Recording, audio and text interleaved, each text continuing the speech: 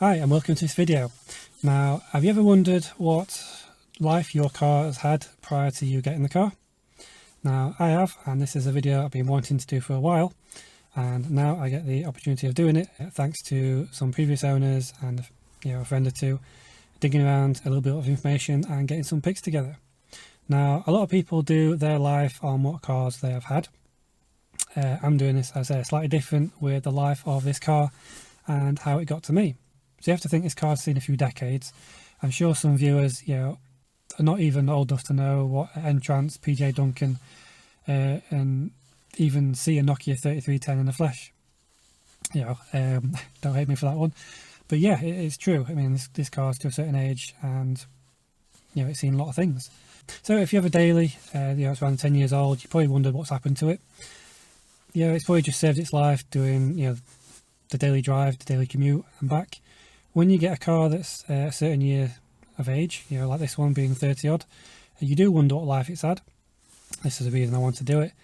And another reason is that this car wouldn't be here if it wasn't down to a previous owner. So it might be a tin of baked beans, or it could be, whatever.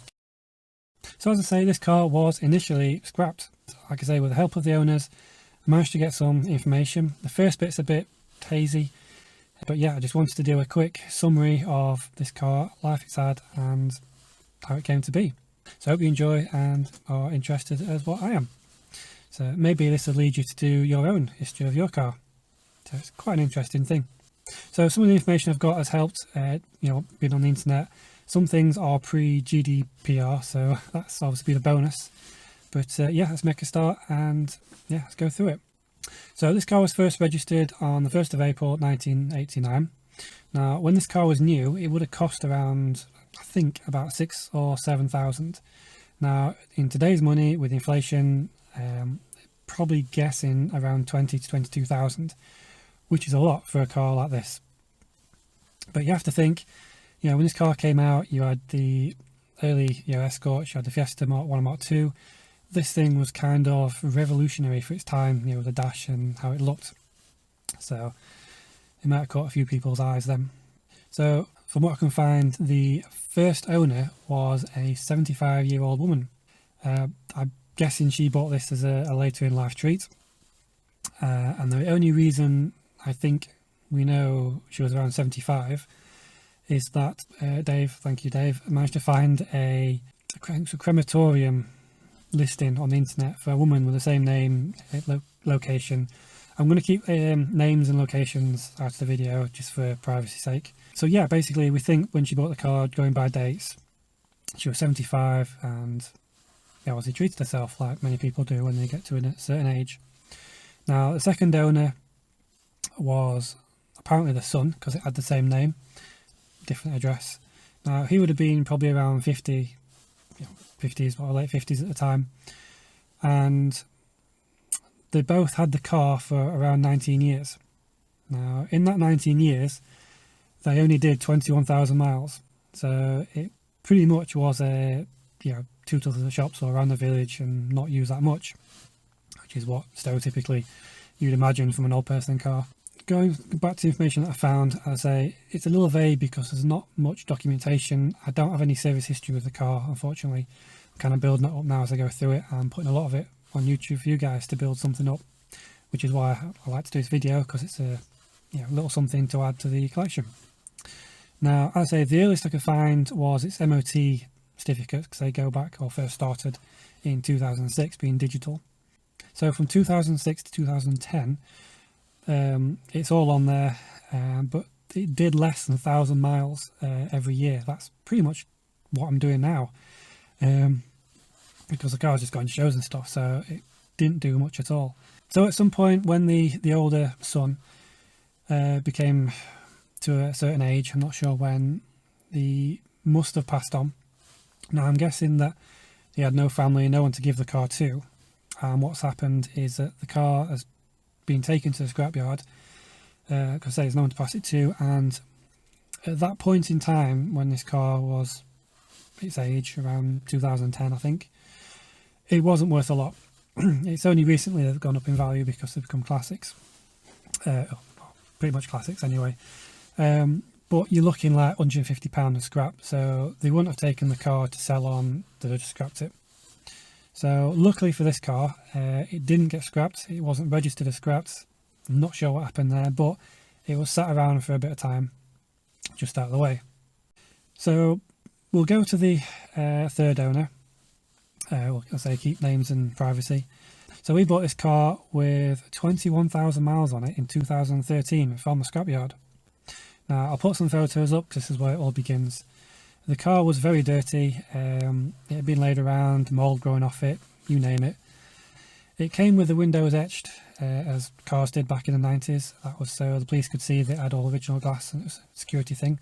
They don't bother doing that now. But it came with a number plate, G75HAW. Now, he thought, I think, and I thought at the time, this was a personalised plate. Being, you know, as you do when you buy a personalised plate, it gets registered straight away with the car. So he had that, you know, he cleaned it up, polished it. He put some Mark IV Fiesta alloys on, as the original wheels were cracked, perished, you know, been sat about. So he used them to get through the MOT. He later replaced those with some better looking XR2i alloys. Does look quite smart in those photos. And he basically drove the car for a few years, enjoyed it, you know, but then laid it up in 2015-16. Not sure why, but again you can see the photo covered in dust. Maybe one of the reasons he did lay it up is he had a lot of projects on the go. I've been talking to this chap, and he does have a fair few cars. So yeah, so I think he had another Mark III, maybe a quicker one because it's been a 1.1. He stole the indicators and wheels and yeah, used bits off it for a time.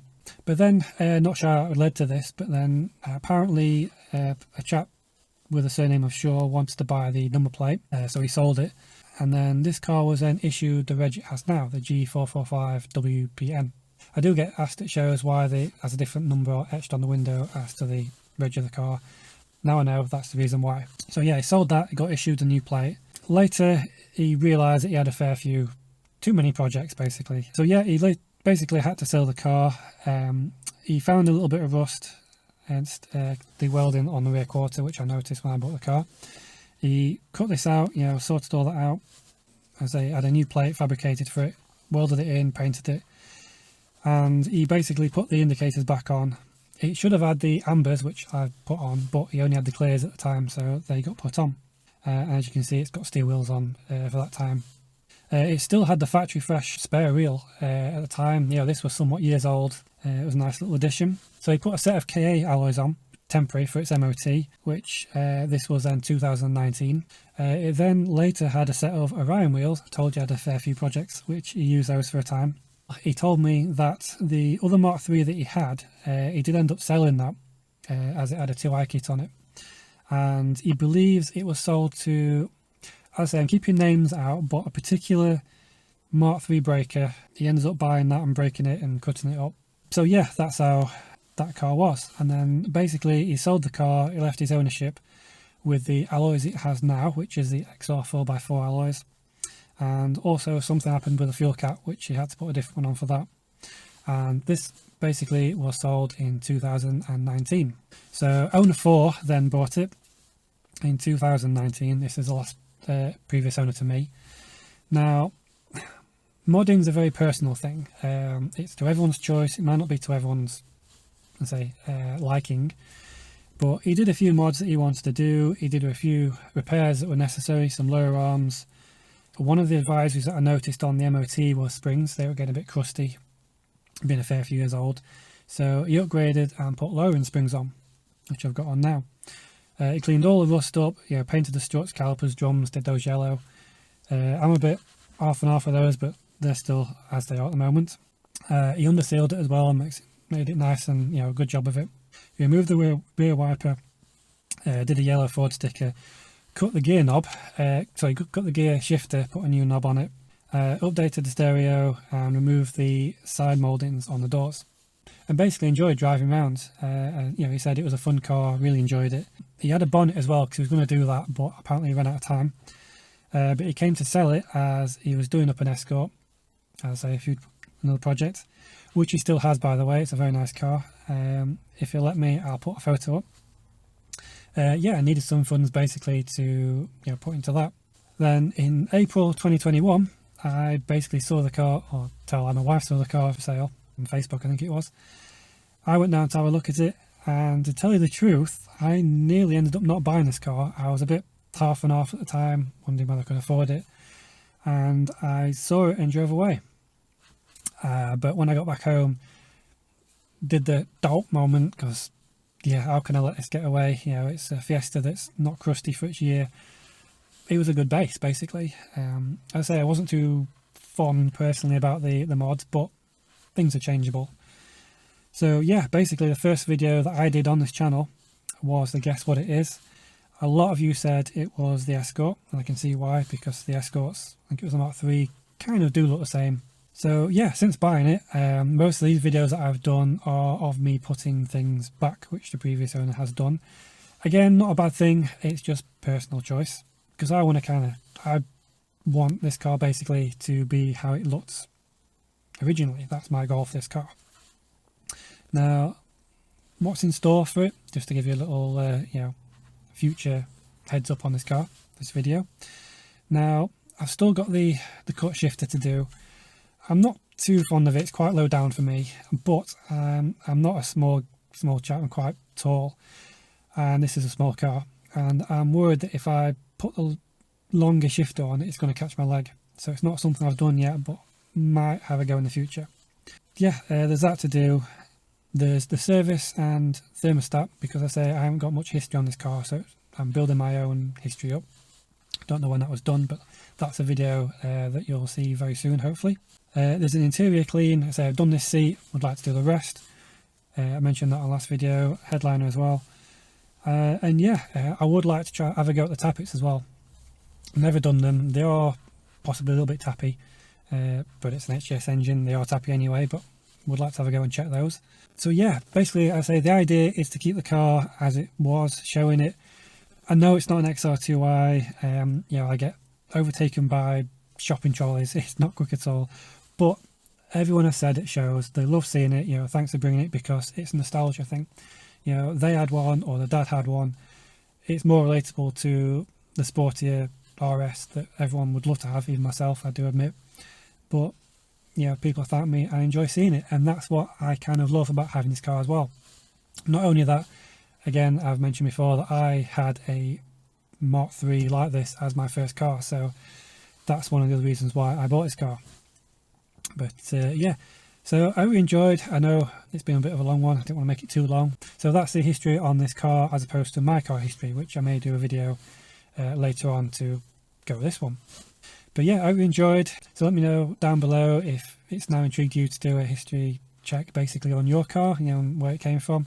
If you do have any interesting stories like this one, escaping the crusher, then say leave them down below, and yeah, let me know what you think of the video, whether you like this type of thing or not. And yeah, I'll see you in the next one with hopefully the service or the thermostat, depending on which I get a chance to do first. So I hope you enjoyed, and I'll see you in the next one.